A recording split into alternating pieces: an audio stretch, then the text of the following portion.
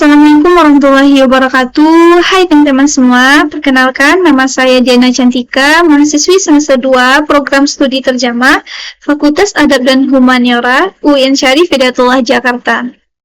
Nah, pada kesempatan kali ini izinkan saya menampilkan atau mempresentasikan sebuah artikel yang telah saya analisis. Ini sebagai ujian akhir semester saya dengan mata kuliah Nahwu Penerjemah. Dosen pengampunya Bapak Dr. Andus Saifullah Kamali, LC MHum PhD. Nah, kali ini saya akan langsung membacakan bahasa sumbernya atau bahasa Arabnya, yaitu Kasyafat dirasatun Australiyatun ta'siran ghairu mutawaqqa'in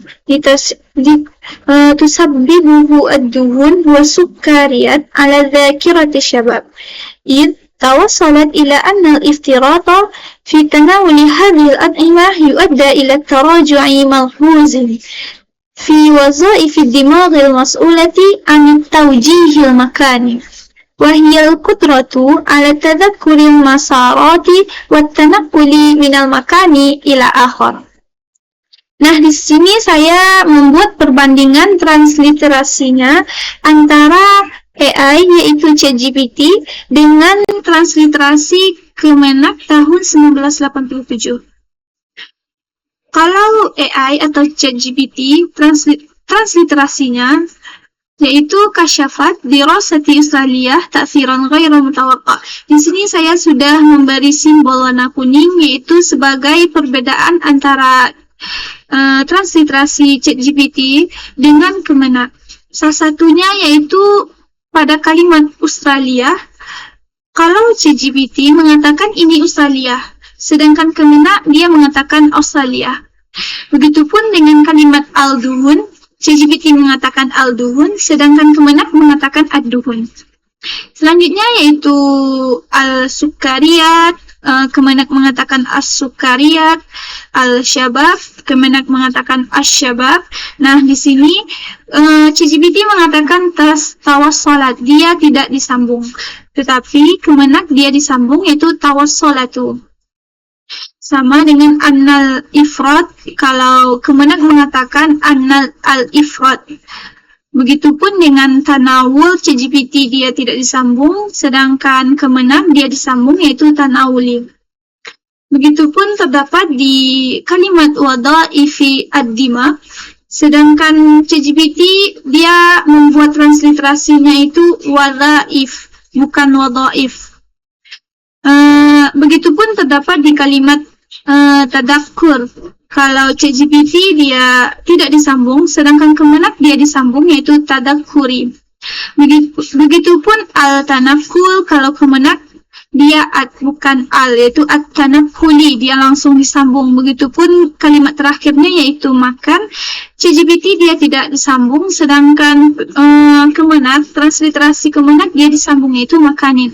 Nah, perbedaan antara transliterasi ChatGPT atau AI ini dengan Kemenak 1987, perbedaannya adalah kalau menurut saya pribadi, transliterasi ChatGPT ini dia terlalu rumit dan maknanya itu sulit untuk dipaham. Salah satunya terdapat di kalimat Australia dan Australia.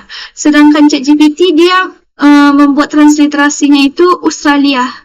Tetapi Kemenak dia membuat Australia. Kalau di Kemenak dia membuat Australia, bagi seorang pembaca yang membacakan transliterasi, dia sudah terpaham maknanya atau konteksnya kemana. Karena Australia ini adalah salah satu negara yang terdapat di benua Australia. Sedangkan kalau Australia, sebagai pembaca transliterasi, maka dia akan gagal fokus dan dia pasti tidak memahami konteks Australia itu apa. Selanjutnya yaitu saya membuat dua versi terjemahan, yaitu terjemahan literal atau biasa disebut terjemahan harfiah. Yang kedua yaitu terjemahan secara komunikatif atau biasa disebut TSA 1 dan TSA 2. Kalau terjemahan literal di sini, saya membuatnya mengungkapkan sebuah studi Australia, pengaruh yang tidak terduga, yang disebabkannya itu lemak-lemak dan memberikan rasa manis terhadap ingatan para pemuda. Kenapa? Karena menemukan bahwa kelebihan mengkonsumsi makan makanan ini menyebabkan penurunan yang signifikan dalam fungsi-fungsi otak yang bertanggung jawab atas navigasi spasial. Dan itu adalah kemampuan untuk mengingat jalur-jalur dan berpindah dari satu tempat ke tempat yang lain. Sedangkan terjemahan komunikatifnya yaitu sebuah studi Australia mengungkapkan pengaruh yang tidak terduga yang disebabkan oleh lemak dan sesuatu yang mengandung gula terhadap ingatan pemuda. Studi tersebut menemukan bahwa konsumsi berlebihan makanan ini menyebabkan penurunan yang signifikan dalam fungsi otak yang bertanggung jawab atas navigasi spasial, yaitu kemampuan untuk mengingat jalur dan berpindah dari satu tempat ke tempat yang lain. Di antara dua terjemahan ini, saya membuat perbandingan antara tes A1 dan tes A2-nya. Yang pertama yaitu perbandingan dari segi keakuratan maknanya. Kalau dari segi tes A1, keakuratan maknanya itu banyak makna yang tetap dipertahankan, tetapi struktur kalimatnya itu terlalu literal atau harfiah, sehingga menyebabkan terjemahan menjadi canggung atau masih terasa asing bila dibaca. Meskipun dia tidak diterjemahkan kata demi kata atau disingkat KDK, tetapi penerjemahan tes U-nya itu masih terpisah dalam konteks atau masih dari luar konteks. Contohnya seperti kalimat yang disebabkannya lemak-lemak dan memberikan rasa manis. Adalah terjemahan harfiah dari tusabbibuhu ad-duhun wa sukkariyat. Ini tetapi terdengar tidak alami dalam bahasa Indonesia karena dia masih melepaskan dalam konteks atau dia masih belum terhubung dalam konteks tersebut.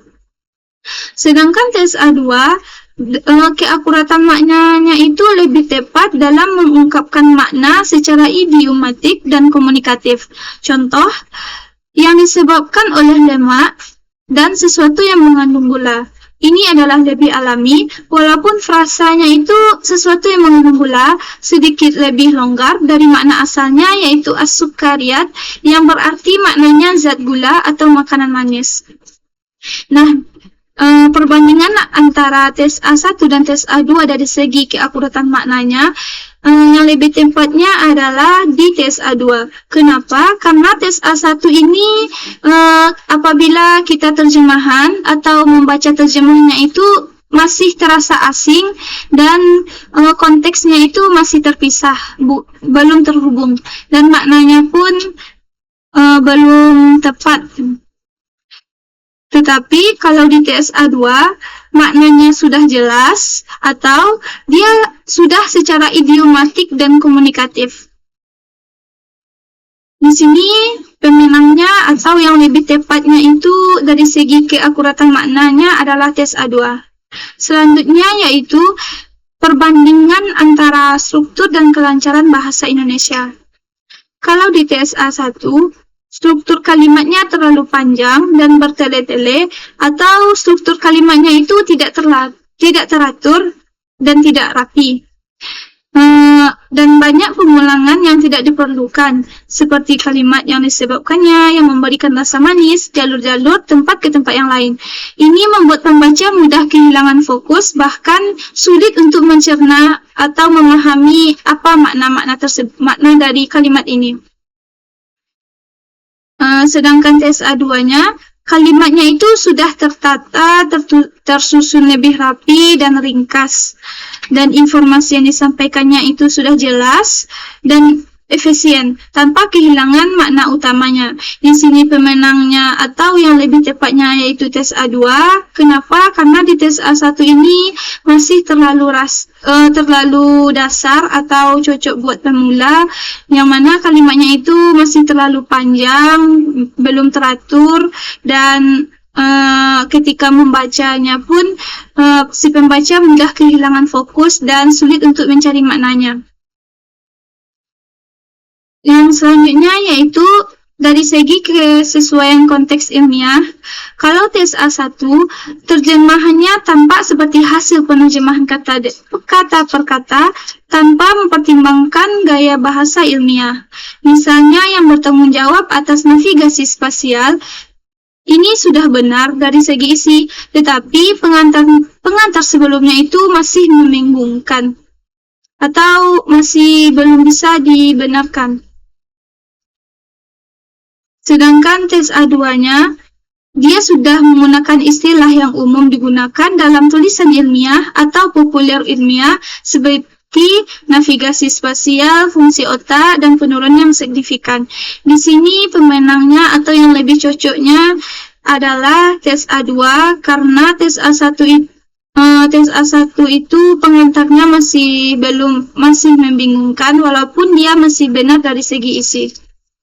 Selanjutnya yaitu dari segi ketepatan gramatikal bahasa Indonesia, tes A1 ini terdapat beberapa kesalahan tata bahasa, misalnya yaitu kalimat yang disebabkannya lemak-lemak, ini adalah struktur yang tidak baku, dan yang keduanya ini sepertinya typo, yaitu yang bertanggung jawab, ini yang benarnya itu bertanggung, bukan bertanggung.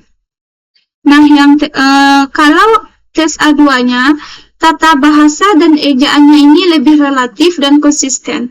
Di sini yang lebih tepat atau pemenangnya tes A2. Nah, catatannya, kenapa tes A2 selalu cocok atau selalu menang dari segi perbandingan antara tes A1 dan tes A2-nya? Karena kalau tes A1 itu cocoknya untuk latihan memahami struktur bahasa, tetapi dia tidak cocok digunakan sebagai hasil terjemahan karena dia masih terlalu kaku dan tidak komunikatif. Maksudnya tes A1 ini lebih cocok untuk bagi si pemula penerjemahan atau untuk penerjemahan dasar. Kalau tes A2, dia lebih mendekati hasil terjemahan profesional yang komunikatif dan dia mudah dipahami oleh pembaca umum atau maknanya sudah jelas, konteksnya sudah tepat. Selanjutnya yaitu kita beralih strategi penerjemahan. Nah, strategi penerjemahan ini adalah ada beberapa strategi yang bisa dimanfaatkan oleh seorang penerjemah saat menghadapi teks sumber atau TSU. Strategi ini sangat diperlukan saat penerjemahan menghadapi perbedaan konstruksi dan pemaknaan antara TSU atau teks sumber dengan TSA, teks sasaran, atau pemaknaan antara bahasa Arab dan bahasa Indonesianya. Dalam TSU ada beberapa strategi yang dimanfaatkan saat menerjemahkan, yaitu yang pertama yaitu dia mengedepankan dan mengakhirkan atau biasa diistilahkan takdim dan takhir.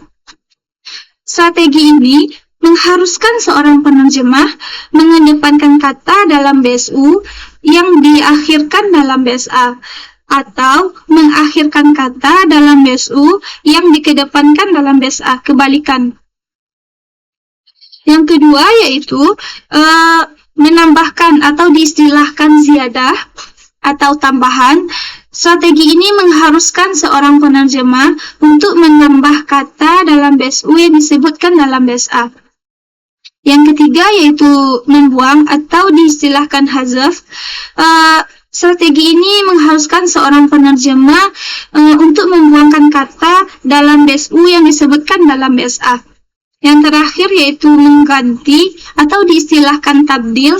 Strategi ini mengharuskan seorang penerjemah untuk mengganti struktur kata dalam BSU dengan memperhatikan makna dalam BSA. Nah, di sini ada kalimat kasyafat dirasatun usaliyah ta'siran ghairu mutawaqqa, yang mana tes A-nya berbunyi sebuah studi asaliyah mengungkapkan pengaruh yang tidak terduga. Di sini saya memberikan simbol yaitu angka. Kasyafat ini dia terletak di awal, sedangkan di TSA dia terletak di urutan keempat atau dia terletak di akhir. Di sini terdapat dua strategi, yaitu strategi mengedepankan atau mengakhirkan dan strategi tambahan. Kenapa ada strategi mengedepankan dan mengakhirkan? Karena ada kata yang asalnya itu didahulukan dalam TSU, kemudian ketika diterjemahkan kata tersebut diakhirkan, seperti kata kasyafat ini. Kalau di TSU dia didahulukan, sedang di TSA dia diakhirkan. Nah, begitupun sebaliknya, kata yang asalnya diakhirkan dalam TSU, ketika diterjemahkan katanya itu didahulukan.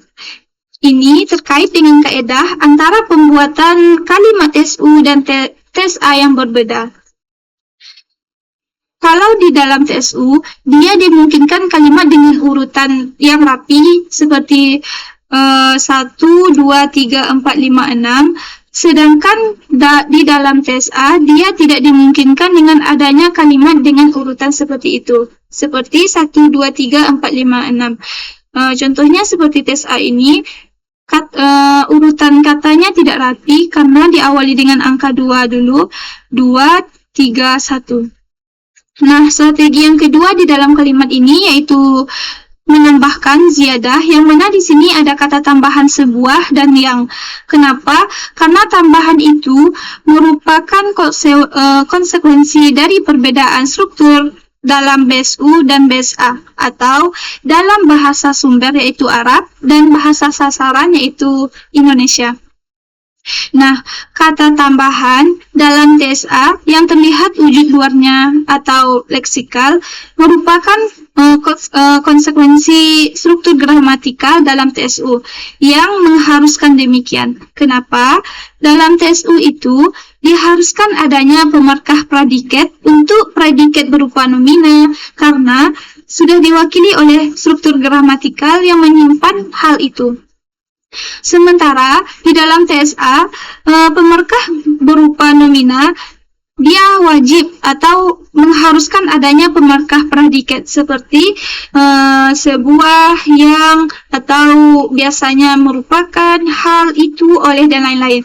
Kenapa di TSA mengharuskan atau mewajibkan adanya pemarkah predikat? Karena ini untuk menyesuaikan konteksnya atau memperindah bahasanya. Atau bagi si pembaca, dia sudah langsung terpaham maknanya dan tidak gagal fokus ketika membaca TSA-nya. Selanjutnya yaitu di kalimat tusabbibuhu ad-duhun wasukkariyat ala dzakirati asyabab. Di sini juga terdapat satu strategi yaitu tambahan, yang mana tambahannya itu yang dan sesuatu yang mengandung gula.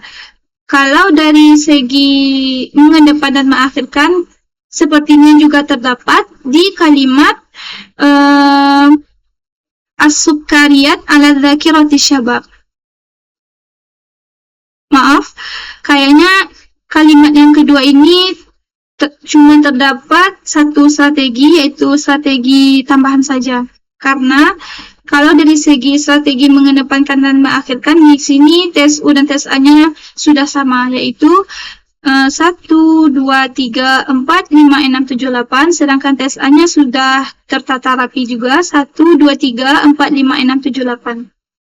Nah, di kalimat selanjutnya yaitu ittawassalat ila annal iftirata fit tanawuli hadil atimah. Di sini terdapat dua strategi, yang mana strategi hazaf dan strategi tambahan. Kenapa ada strategi hazaf? Karena ada beberapa kata yang tidak diterjemahkan, seperti kata, kalau di sini seperti kata id, ila, dan fi, karena kata-kata ini tidak diperlukan untuk kepentingan pengalihan antara TSU ke TSA-nya. Bahkan apabila kata itu dimunculkan dan tidak dibuang, mungkin pesannya menjadi menyimpang atau tidak cocok. Atau ketika si pembaca membaca TSA akan gagal fokus dan maknanya akan menyimpang. Dengan kata lain, penghilangan tiga kata ini, yaitu id, ila, dan fi, Itu sama sekali tidak mengganggu pesan dari klausa. Namun, strategi ini tidak dapat digunakan secara sembarangan ya teman-teman. Bila salah, misalnya ada satu kata yang merupakan kunci atau inti wacana dari suatu kalimat, maka ketika itu tidak diterjemahkan akan berdampak pada pesan yang dihasilkan. Seperti kita tidak menerjemahkan kata-kata al-ifrat, yang mana ifrat ini artinya berlebihan, seharusnya ini tidak dihazaf tetapi kita menghazaf, maka katanya itu akan menyimpang atau tidak cocok. Selanjutnya yaitu kalimat yu'adda ila taraji'i manghuzin fi waza'ifi dimaghi mas'ulati anit tawjihil makan. Di sini terdapat dua strategi yaitu hazaf dan tambahan, yang mana ilahnya dihazaf karena ilahnya ini dihazaf karena tidak diperlukan untuk kepentingan pengalihan tes U dan tes A-nya. Nah, di sini ada kata tambahan yaitu yang. Selanjutnya yaitu kalimat wahiyal qudratu ala tadakkuril masarati. Di sini juga terdapat strategi penghazafan atau pembuangan dan tambahan, yaitu kalimat yaitu. Kalimat yang terakhir yaitu tanaquli min makani ila akhar. Di sini terdapat satu strategi yaitu strategi tambahan, yang mana di sini ada tambahan kalimat satu dan tempat. Nah, selanjutnya itu saya membuat sedikit glosarium dari paragraf ini, yang mana pengaruh penjelasannya atau artinya bisa kita artikan dampak atau akibat, sedangkan signifikan bisa kita maknai atau sinonimnya yaitu berarti, penting, mencolok, navigasi spasial, kemampuan menavigasi atau bergerak di ruang, fungsi otak, maknanya juga bisa peran kerja otak, tugas sebagai bagian otak. Konsumsi juga bisa dimaknai makan atau minuman secara berlebihan. Penurunan bisa dimaknai berkurangnya sesuatu kemerosotan. Bertanggung jawab bisa kita maknai mempunyai kewajiban mengatur atau mengendalikan sesuatu. Jalur juga bisa dimaknai atau sinonimnya yaitu rute, lintasan. Berpindah juga bisa dimaknai bergerak dari satu tempat ke tempat yang lain. Nah, navigasi spasial ini adalah sering muncul di artikel ilmiah yang mana dimaknai kemampuan otak dalam mengingat posisi dan arah di lingkungan sekitarnya. Sedangkan signifikan itu dimaknai jelas, terlihat, penting, dan tidak sepele. Makna paragraf ini adalah peneliti Australia, dia menunjukkan bahwa mengkonsumsi atau konsumsi berlebihan makanan tinggi lemak itu dan gula itu secara tidak terduga dapat melemahkan kemampuan remaja untuk mengingat arah dan berpindah tempat. Kenapa? Karena fungsi otak yang mengatur navigasi ruang menjadi menurun.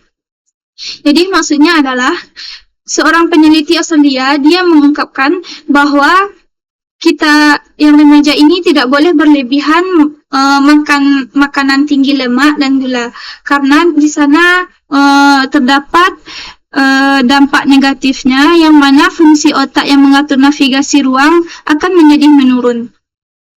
Selanjutnya yaitu saya mengidentifikasi paragraf ini atau mengidentifikasi bahasa sumbernya. Yang pertama yaitu kalimat kasyafat. Kasyafat ini adalah dia verba sebagai predikat utama atau dia verba transitif, dia verba perfect persona ketiga, bergender feminin dalam bentuk tunggal, dia indikatif. Arti kasyafat ini bisa diartikan mengungkapkan. Dirosatun. Dirosat ini jenis katanya nomina sebagai subjek pelaku, bergender feminin dalam bentuk tunggal, dia indefinite berkasus nominatif. Bisa diartikan sebuah studi. Australia dia adjektiva atau dia atribut sifat untuk dirasa. Bergender feminin dalam bentuk tunggal dia definite atau dia nisbah. Berkasus nominatif diartikan Australia, yaitu sebuah negara. Ta'thiran ini dia domina sebagai objek dari verba kasyafat, yaitu dia bergender maskulin dalam bentuk tunggal, dia indefinite. Berkasus akusatif diartikan pengaruh. Ghaira adalah nomina, yaitu penyangkal, sebagai bagian dari frasa sifat atau dia disebut atribut negatif. Bergender maskulin, dia mengikut kata sesudahnya. Ghaira ini diartikan tidak. Mutawaqqa, dia adalah adjektiva atau dia partisipal pasif sebagai atribut, yaitu sifat untuk ta'thiran. Bergender maskulin dalam bentuk tunggal, dia indefinite. Berkasus akusatif, yang mana bisa diartikan terduga atau dimungkinkan. Tusabbibuhu, dia adalah verba plus pronomina. Dia verba penjelas, yaitu sebagai jumlah haliah.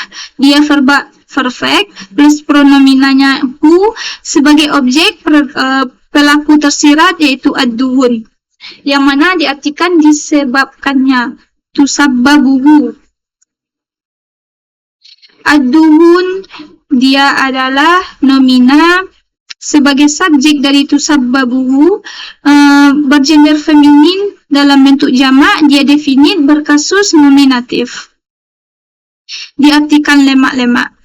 Waw adalah konjungsi sebagai penghubung antar subjek antara ad-duhun dan as-sukkariyat. As-sukkariyat adalah nomina sebagai subjek kedua dari tusabbabuhu. Bergender feminin dalam bentuk jamak, dia definite. Berkasus nominatif, artinya memberikan rasa manis. Ala, dia preposisi penghubung ke target efek. Dzakirah adalah nomina sebagai objek dari ala atau biasa disebut frasa preposisional. Bergender feminin dalam bentuk tunggal, dia indefinite. Berkasus genitif, yang artinya ingatan. Asyabab, dia nomina sebagai genitif konstruksi atau konstruksi genitif. Dia bergender maskulin dalam bentuk jamak, dia definite. Berkasus genitif, yang mana artinya pemuda. Sedangkan id, dia adverbia, yang mana dia adverbia waktu, yang artinya karena atau bisa juga diartikan yaitu. Wassalat, dia verba perfect. Dia verba plus pronomina pelaku, yaitu pronomina nyata. Dia verba perfect, orang pertama. Bergender feminin, dia dalam bentuk tunggal. Bermodus indikatif, yang artinya telah sampai. Ila ini adalah preposisi sebagai objek verba dari tawassalat, yang diartikan pada.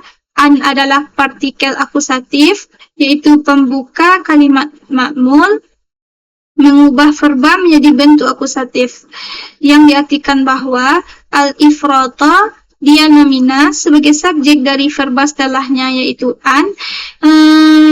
Bergender maskulin dalam bentuk tunggal, dia definite. Berkasus nominatif, yang diartikan kelebihan. Fi ini adalah preposisi sebagai penghubung ke objek konsumsi, yang diartikan dalam. Tanawuli, dia nomina verbal sebagai objek dari fi, yaitu kegiatan makanan, atau dia frasa preposisional. Bergender maskulin dalam bentuk tunggal, dia definite. Berkasus genitif, yang diartikan mengkonsumsi. Hadihi adalah pronomina demonstratif sebagai penunjuk untuk at-imah. Bergender feminin, dia dekat. Berkasus akusatif, yang diartikan ini. At-imah adalah nomina, dia aposisi atau pengganti dari hadihi. Dia ini dalam bentuk broken plural atau jamak taksir, dia definite. Berkasus akusatif, yang diartikan makan makanan. Yu'adda, dia verba sebagai verba utama dalam kalimat an, dia verba imperfect, orang ketiga. Bergender maskulin dalam bentuk tunggal. Bermodus subjungtif, yang diartikan menyebabkan. Ila adalah preposisi sebagai menyambungkan ke hasil, yang diartikan kepada. Tarajui adalah nomina verbal sebagai objek dari ila atau dia frasa preposisional bergender maskulin dalam bentuk tunggal. Dia definit berkasus genitif yang diartikan penurunan yang. Menghuz, dia adalah adjektif sebagai adjektiva untuk tarajui bergender maskulin dalam bentuk tunggal. Dia definit berkasus genitif diartikan signifikan. Fi ini adalah preposisi sebagai menyambungkan ke tempat berkurangnya fungsi yang diartikan dalam. Wazaif, dia konjungsi. Waw ini adalah konjungsi, sedangkan zaif adalah nomina atau dia plural sebagai objek dari fi atau dia prasa preposisional. Dia ini adalah bergender feminin dalam bentuk jamak.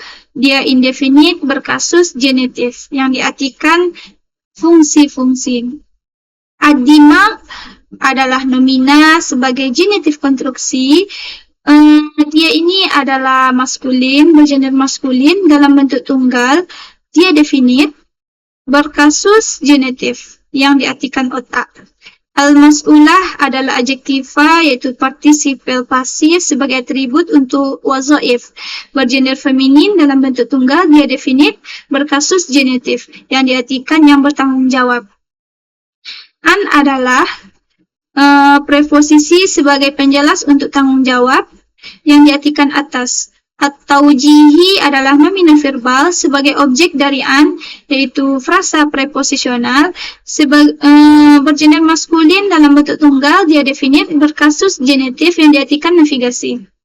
Sedangkan al-makan adalah dia adjektiva, itu nisbah sebagai adjektiva untuk at-taujih. Bergender maskulin dalam bentuk tunggal. Dia definit berkasus genitif yang diartikan spasial. Wahia, waw ini adalah konjungsi, sedangkan hi adalah pronomina sebagai subjek kalimat nominal bergender feminin. Dia persona ketiga tunggal yang diartikan dan itu adalah. Al-qudratu adalah nomina sebagai predikat kalimat nominal dari hiya bergender feminin. Dia singular atau dia tunggal dalam bentuk tunggal. Dia definit berkasus nominatif yang diartikan kemampuan. Ala adalah preposisi yang diartikan untuk. Sedangkan tadzakur adalah nomina verbal dari verbal tadzakur. Dia adalah sebagai objek dari ala. Dia frasa preposisional. Bergender maskulin dalam bentuk tunggal atau singular. Dia indefinite berkasus genitif yang diartikan mengingat.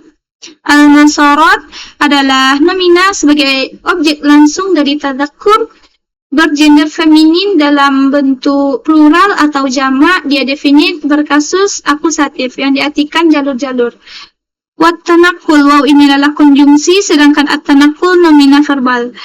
Dia konjungsi pada tadzakur.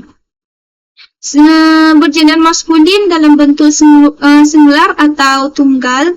Dia definit. Dan dia ini berkasus genitif karena dia mengikut ke tadzakur dan bisa diartikan dan berpindah-pindah dan berpindah. Min adalah preposisi, makani adalah nomina sebagai objek dari min. Dia frasa preposisional bergender maskulin dalam bentuk singular atau tunggal. Dia definit berkasus genitif yang diartikan satu tempat. Sedangkan ila ini preposisi yang diartikan ke. Akhar dia adjektiva sebagai objek dari ila. Dia ini adalah frasa preposisional bergender maskulin dalam bentuk singular atau tunggal. Dia definit berkasus genitif yang diartikan tempat lain. Nah, sekian tampilan presentasi artikel saya. Kalau ada kekurangan, saya mohon maaf. Terima kasih bagi teman-teman semua udah menonton dan menyimaknya sampai akhir. Mudah-mudahan bermanfaat bagi kita semua. Saya sudahi. Assalamualaikum warahmatullahi wabarakatuh.